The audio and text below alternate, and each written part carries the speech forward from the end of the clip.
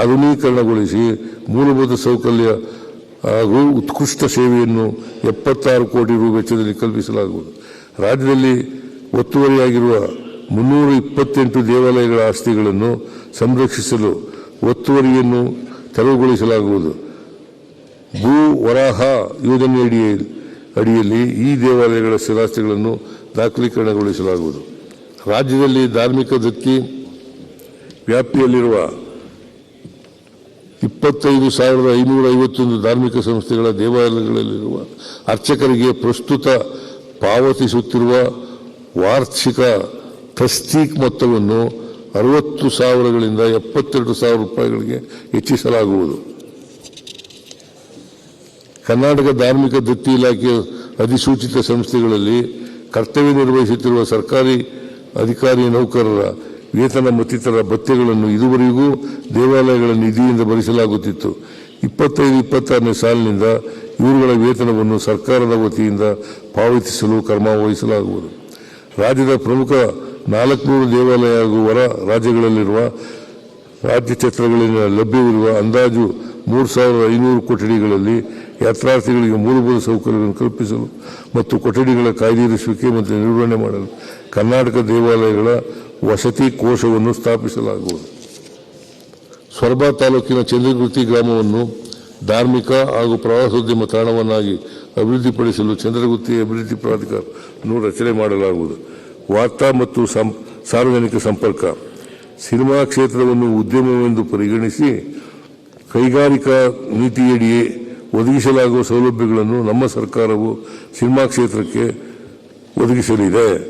ಬೆಂಗಳೂರು ನಂದಿನಿ ಲೇಔಟ್ನಲ್ಲಿ ಚಲನಚಿತ್ರ ಅಕಾಡೆಮಿಯು ಹೊಂದಿರುವ 2.5 ಎಕರೆ ನಿವೇಶನದಲ್ಲಿ ಬಹು ಪರದೆಗಳಿರುವ ಚಿತ್ರಮಂದಿರ ಸಮುಚ್ಚಯವನ್ನು ಸಾರ್ವಜನಿಕ ಖಾಸಗಿ ಸಹಭಾಗಿತ್ವದಲ್ಲಿ ಅಭಿವೃದ್ಧಿಪಡಿಸಲಾಗುವುದು. ಸಾಮಾಜಿಕ, ಚಾರಿತ್ರಿಕ ಮತ್ತು ಸಾಂಸ್ಕೃತಿಕ ಮೌಲ್ಯಗಳನ್ನು ಬಿಂಬಿಸುವ ಕನ್ನಡ ಚಲನಚಿತ್ರಗಳನ್ನು ಡಿಜಿಟಲ್ ಹಾಗೂ ನಾನ್ ಡಿಜಿಟಲ್ ಮಾದರಿಯಲ್ಲಿ ಸಂರಕ್ಷಿಸಲು 3 ಕೋಟಿ ರು ವೆಚ್ಚದಲ್ಲಿ ಚಲನಚಿತ್ರ ಭಂಡಾರವನ್ನು ಸ್ಥಾಪಿಸಲಾಗುವುದು. ಸಂಕಷ್ಟದಲ್ಲಿರುವ ಪತ್ರಕರ್ತರಿಗೆ ಪ್ರಸ್ತುತ ನೀಡುತ್ತಿರುವ 12,000 ರೂಪಾಯಿ ಮಾಸಾಸನವನ್ನು 15,000 ರೂಗಳಿಗೆ ಹಾಗೂ ಕುಟುಂಬ ಮಾಸಾಸನವನ್ನು 6,000ದಿಂದ 7,500 ರೂಪಾಯಿಗಳಿಗೆ ಹೆಚ್ಚಿಸಲಾಗುವುದು. ಕನ್ನಡ ಚಲನಚಿತ್ರಗಳ ಪ್ರೋತ್ಸಾಹಕ್ಕಾಗಿ OTT ವೇದಿಕೆಯನ್ನು ಸೃಜಿಸಲು ಕ್ರಮ ಕೈಗೊಳ್ಳಲಾಗುವುದು. ಮಾಧ್ಯಮ ಮಾನ್ಯತೆ ಹೊಂದಿರುವ ರಾಜ್ಯದ ಒಟ್ಟು 2,500 ಪತ್ರಕರ್ತರು ಹಾಗೂ ಅವಲಂಬಿತ ಕುಟುಂಬ ಸದಸ್ಯರಿಗೆ 5 ಲಕ್ಷ ರೂವರೆಗೆ ನಗದು ರಹಿತ ಚಿಕಿತ್ಸೆಗಾಗಿ ಮುಖ್ಯಮಂತ್ರಿಗಳ ಮಾಧ್ಯಮ ಸಂಜೀವಿನಿ ಯೋಜನೆಯನ್ನು ಅನುಷ್ಠಾನಗೊಳಿಸಲಾಗುವುದು.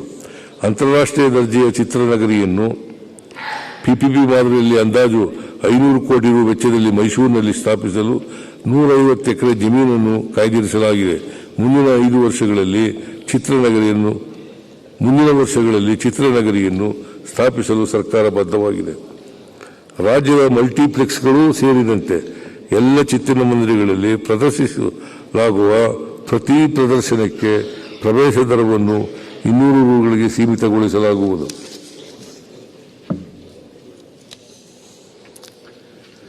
ಸಿಬ್ಬಂದಿ ಮತ್ತು ಆಡಳಿತ ಸುಧಾರಣೆ ನಮ್ಮ ಸರ್ಕಾರವು ಆಯೋಜಿಸಿದ ರಾಜ್ಯ ಮಟ್ಟದ 2 ಜನಸ್ಪಂದನ ಕಾರ್ಯಕ್ರಮಗಳಲ್ಲಿ ಸ್ವೀಕರಿಸಿದ 2,43,676 ಅಹವಾಲುಗಳಲ್ಲಿ 97% ಪರಿಹರಿಸಲಾಗಿದೆ. ಸಾರ್ವಜನಿಕರು ಕುಂದುಕೊರತೆಗಳನ್ನು ಪರಿಣಾಮಕಾರಿಯಾಗಿ ನಿರ್ವಹಿಸಲು AI ಚಾಲಿತ ತಂತ್ರಜ್ಞಾನಗಳಿಂದ ನವೀಕರಿಸಿ IPGRS 2 ಮೂಲಕ ಕರ್ನಾಟಕವನ್ನು ನಾಗರಿಕ ಕೇಂದ್ರಿತ ಡಿಜಿಟಲ್ ಆಡಳಿತದಲ್ಲಿ ಮುಂಚೂಣಿಯಲ್ಲಿ ಇರಿಸಲಾಗುವುದು. ನಿವೃತ್ತ ಅಧಿಕಾರಿ ನೌಕರರ ವಿಶ್ರಾಂತಿ ವೇತನದ ಮಂಜೂರಾತಿ